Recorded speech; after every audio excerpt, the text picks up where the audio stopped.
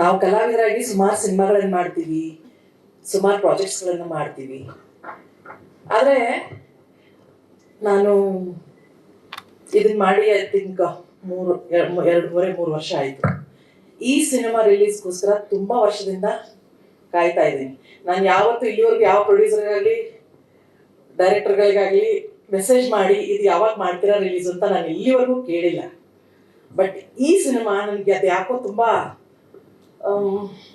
ಏನು ಹೇಳಬೇಕು, ಸಿನಿಮಾ ಬಗ್ಗೆ ನಾನು ಏನು ಹೇಳಬಾರ್ದಾದ್ರೂ ಹೇಳಬೇಕು. ಇದು ಅಂಥದ್ದೊಂದು ಈವೆಂಟ್ ಇದು. ನನಗೆ ಪಾತ್ರ ಪ್ಲಸ್ ಆ ರೆಟ್ರೋ ಕಥೆ ಏನಿದೆ, ಭಾಳ ನಮ್ಮ ಕನ್ನಡ ಸಿನಿಮಾದ ಹಳೆ ಸಿನಿಮಾಗಳ ಒಂದು ಸತ್ವ ಇರುವಂತಹ ಒಂದು ಸಿನಿಮಾ ಅಂತ ನಾನು ಹೇಳ್ಬೋದು.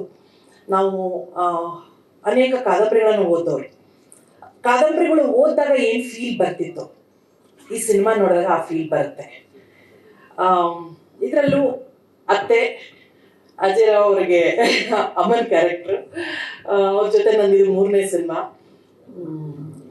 ಏನಂದ್ರೆ ಲೋಹಿತ್ ಸರು ತುಂಬ ಬೆಂಬಲದಲ್ಲಿ ನಾನೇ ಬೇಕು ಅಂತ ನಮ್ಮ ಮನೋಜ್ ಸರು ಪ್ರೊಡ್ಯೂಸರು ಕೇಳ್ತಾ ಇದ್ದಾಗ ನನಗೆ ಕಥೆ ಅನ್ನೋದಕ್ಕಿಂತ ಹೆಚ್ಚಾಗಿ ಅದನ್ನ the making of the film is extremely different from what we know about film till date. ಅಂದ್ರೆ ಈಗ ಬರ್ತಾ ಇರೋ ಸಿನಿಮಾದ ಓಘ ಏನಿದೆ ಅಲ್ಲ, ಅದನ್ನ ಬಿಟ್ಟು ಹಟ್ಕೆ ಅಂತೀವಲ್ಲ, ಆ ಥರದ್ದು ಒಂದು ಕನ್ನಡ ಮಣ್ಣಿನ ಸೊಗಡು. ಅಂದ್ರೆ ನೀವು ಸ್ವಲ್ಪ ಒಂದು 70s and 80s ಹೋದಾಗ ಆಗಿನ ಮೊಬೈಲ್ ಇಲ್ಲದೆ ಇರುವಂತ ಕಾಲ, ಆಗಿನ ಜೀವನ ಹೇಗಿತ್ತು, ಆಗಿನ ಸಂಬಂಧಗಳು ಹೇಗಿದ್ವು, ಅದನ್ನ ಹೇಳುವಂತ ಒಂದು ಕಥೆ ಸರಳ ಸುಬ್ಬರಾವ್. ಹೆಸರು ಎಷ್ಟು ಮಜವಾಗಿದೆಯೋ ಅಷ್ಟೇ ಮಜವಾಗಿ ಸಿನಿಮಾ ಇದೆ.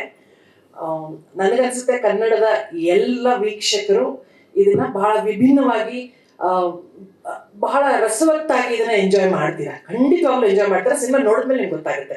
ಯಾಕಂದ್ರೆ ಕಥೆ ಜೊತೆಗೆ ಮೇಕಿಂಗ್ ಕೂಡ ತುಂಬಾ ವಿಭಿನ್ನವಾಗಿದೆ.